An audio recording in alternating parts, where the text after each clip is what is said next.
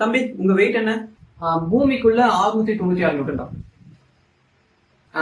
நீங்க வந்து என் உடம்புல இருக்க மொத்த ஆட்டமுடைய மாஸ் கேக்குறீங்கன்னு நினைக்கிறேன். அது வந்து 70 கிலோ டாக்டர்.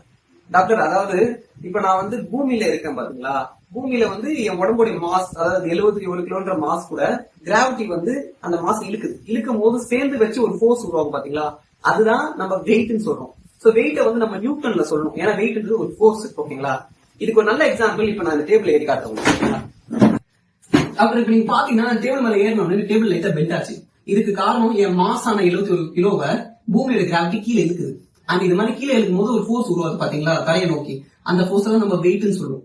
ஆனா இதுவே இந்த டேபிள் வந்து ஸ்பேஸ்ல இருந்துச்சுன்னா இந்த டேபிள் மேல நின்றுட்டே இருந்தாலும் கூட இந்த டேபிள் பெண்டே ஆகாது, ஏன்னா அந்த இடத்துல கிராவிட்டியே கிடையாது. சோ என்னுடைய மாஸ் ஆன 71 கிலோ அங்க இழுக்கிறதுக்கு எதுவுமே கிடையாது. சோ அதனால டேபிள் மேல எந்த ஒரு ஃபோர்ஸும் ஆக்ட் ஆகாது, அதாவது ஃபோர்ஸ் இன் தி சென்ஸ் வெயிட்டே ஆக்ட் ஆகாது. சோ ஸ்பேஸ்ல என்னுடைய வெயிட் வந்து ஜீரோவா இருக்கும், கிராவிட்டி இல்லாதனால. ஆனா அப்பயுமே கூட என் மாஸ் வந்து 71 கிலோல தான் இருக்கும். சோ பூமிக்குள்ளேயும் பூமிக்கு வெளியும் எங்க வேணாலும் என் மாஸ் வந்து ஒரே அளவுல தான் இருக்கும். ஆனா வெயிட் வந்து கிராவிட்டி எந்த அளவுக்கு இருக்குன்றத பொறுத்து மாறிக்கிட்டே இருக்கும். தம்பி தம்பி எல்லாம் தெரியும், நீட் முடிச்சுட்டு வந்து டாக்டர் ஆயிருக்கும். ஆனா உனக்கு ரொம்ப ஓவர் ஆயிடுச்சு. நர்ஸ், இதுக்கு அட்மிட் பண்ணுங்க.